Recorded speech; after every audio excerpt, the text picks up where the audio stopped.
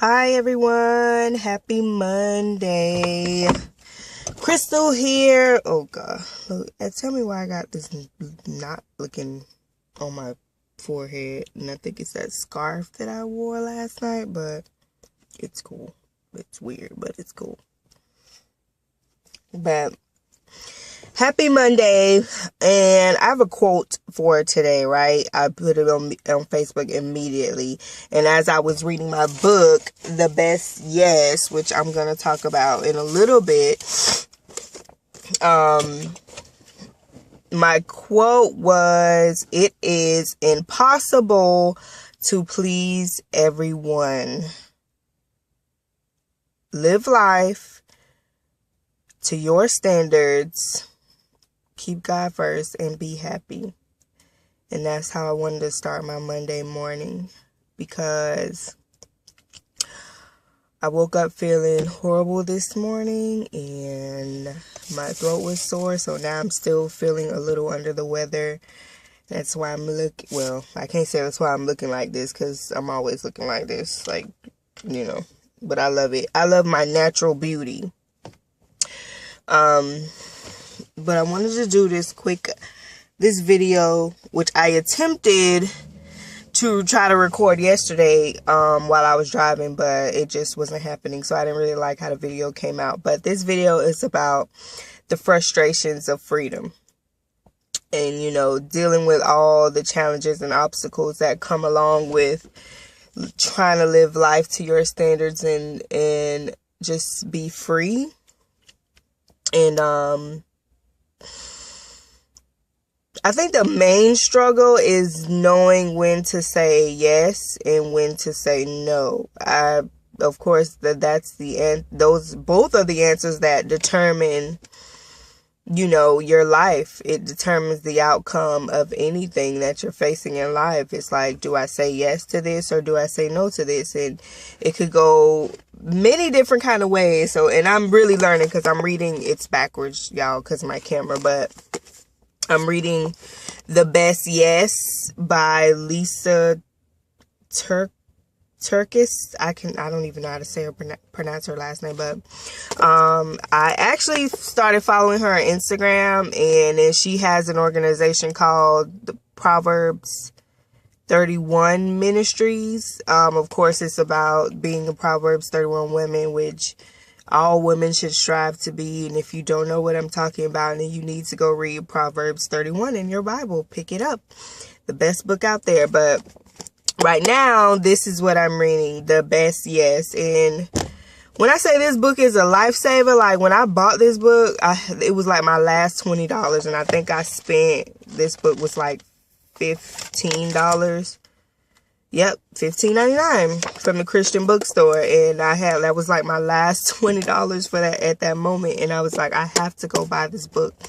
I have to read this book, because I was struggling, and I still am, which is the purpose of this process and this journey, is learning when to say no and learning when to say yes at the right time. And this book, I felt like when I saw it, I'm like, the best yes. I have to get this book. Once I read what it was about, and basically reading it, I feel like she talked to me and she put all the words in that book. That's how I feel. But she just talks about the different issues you face, like when you're saying when to say yes to certain things. And it has 19 chapters, and I think I'm on chapter, 13 or 14, but I bought this book last month. But ever since I started reading this book, it has changed my life so much in the last month, like dramatically. You have no idea, because that was my problem, struggling to say yes. I would say yes to the wrong things or things I know I couldn't commit to, and I would say no to things that I felt like I really should have been committing myself to. So I've been learning to do that lately. And so that's why I'm saying yes and no. That's like the main frustrations of freedom, because of course that's what determines the outcome of everything you face in your life. Like, you have to say yes to something in order for it to be done. Like, no matter what it is. Like I just said, like, I decided to spend my last $20 on this book. Did I say yes to that? Yes. Did it benefit me? Yes. Now, if I go in the store and spend my last $20 on probably a dress I don't need right now, was that my best yes? No.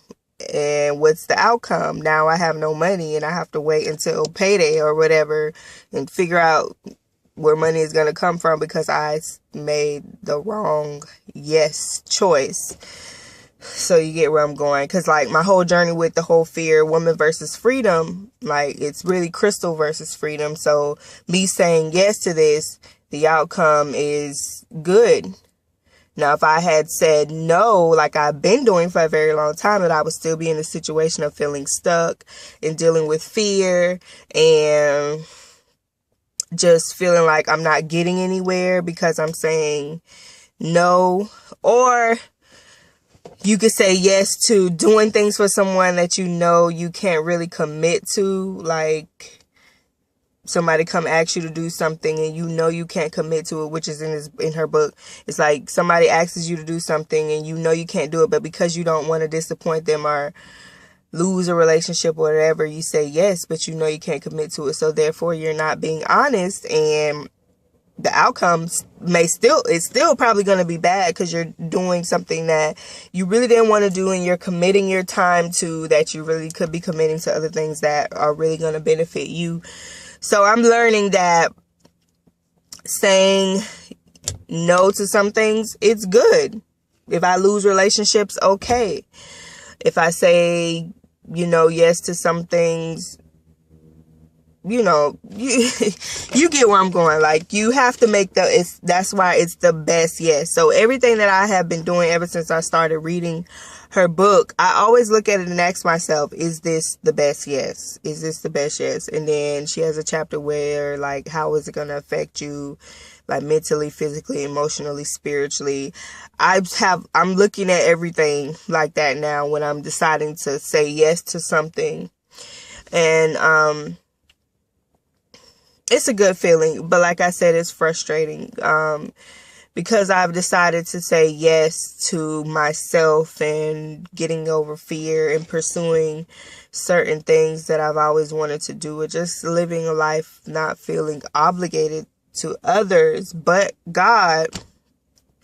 It's kind of frustrating because, like I said, you have to disappoint some people, which it sucks, but it's always what's best, because sometimes that no that is going to open up many other opportunities, because you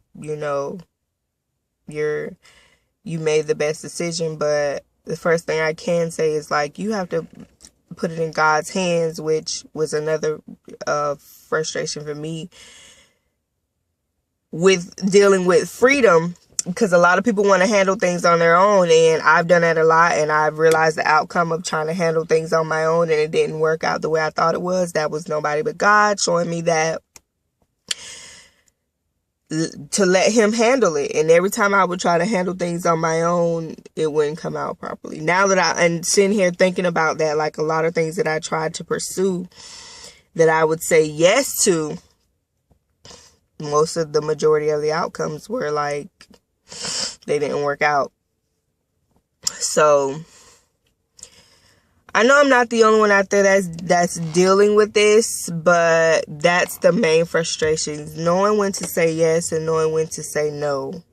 Because you think about the end, and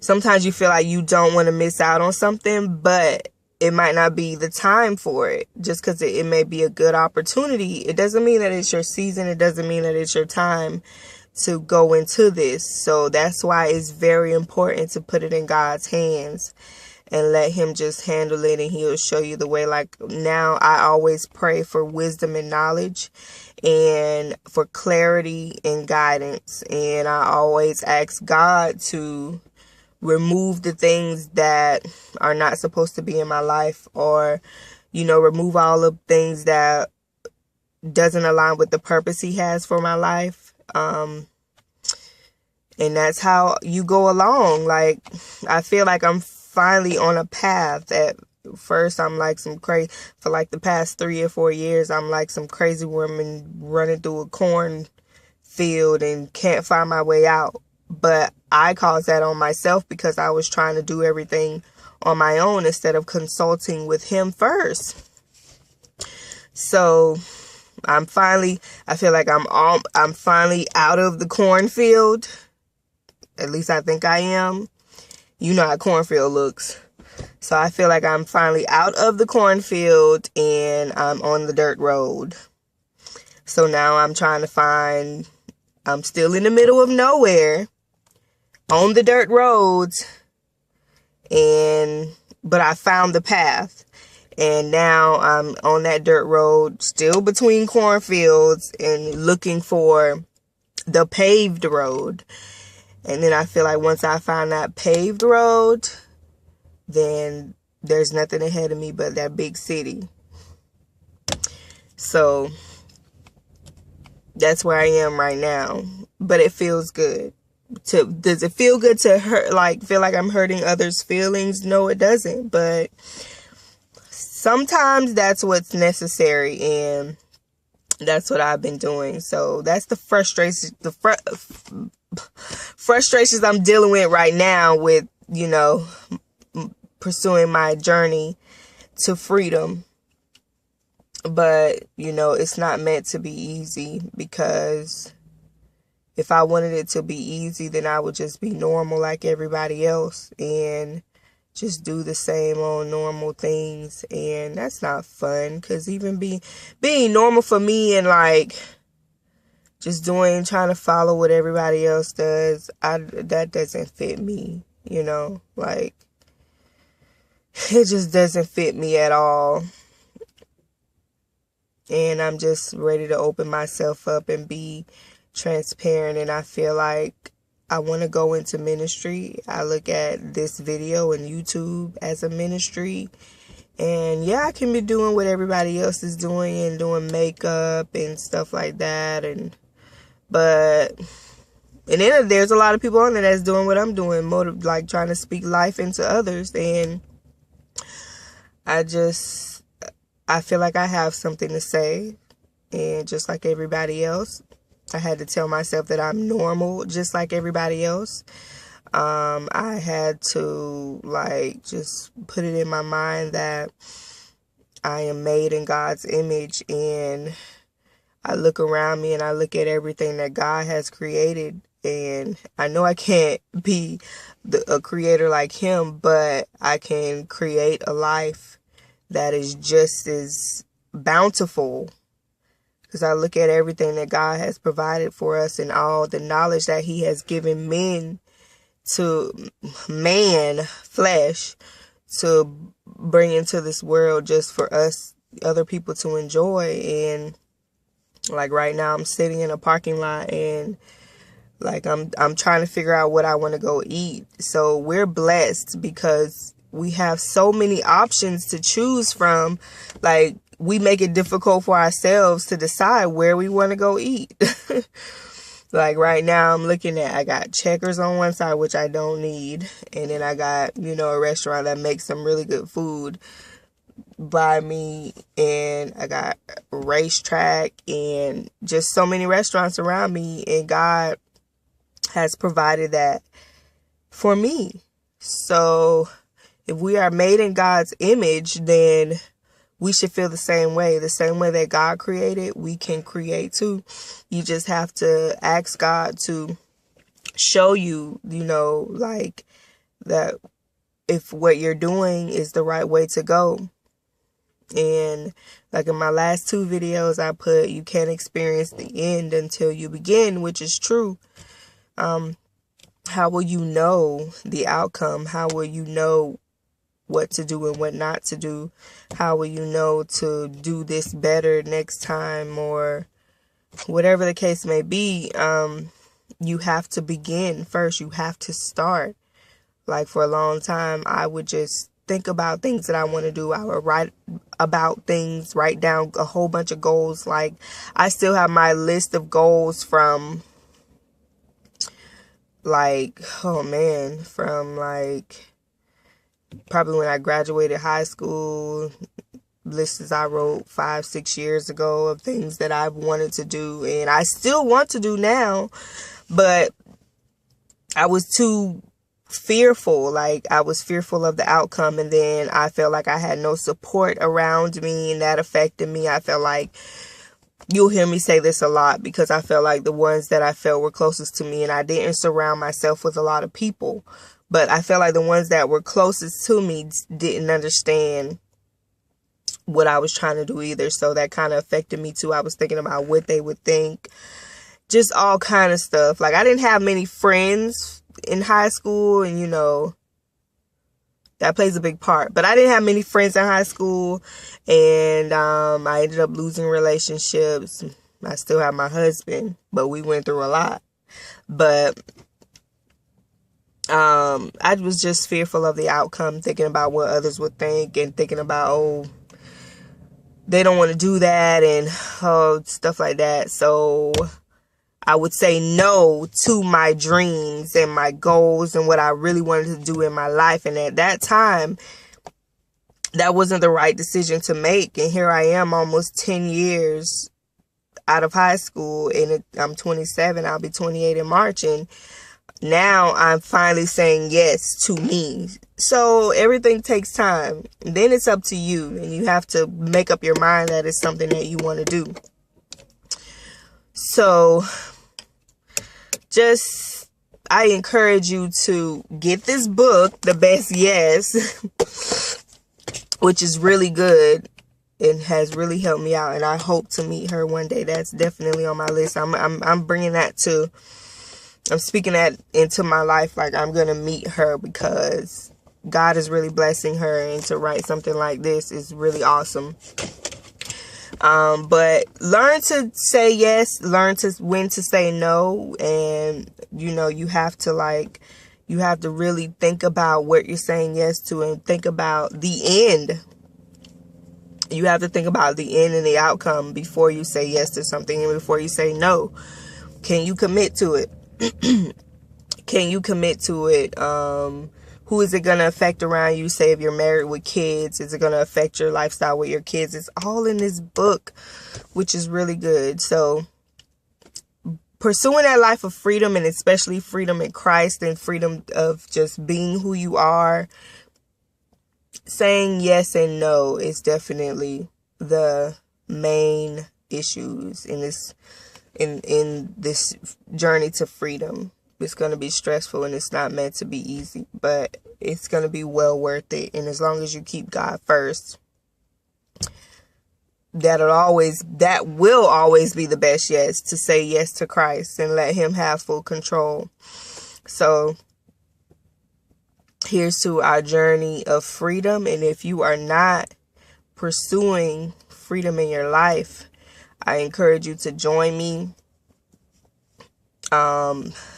and just pray for me as I pray for you.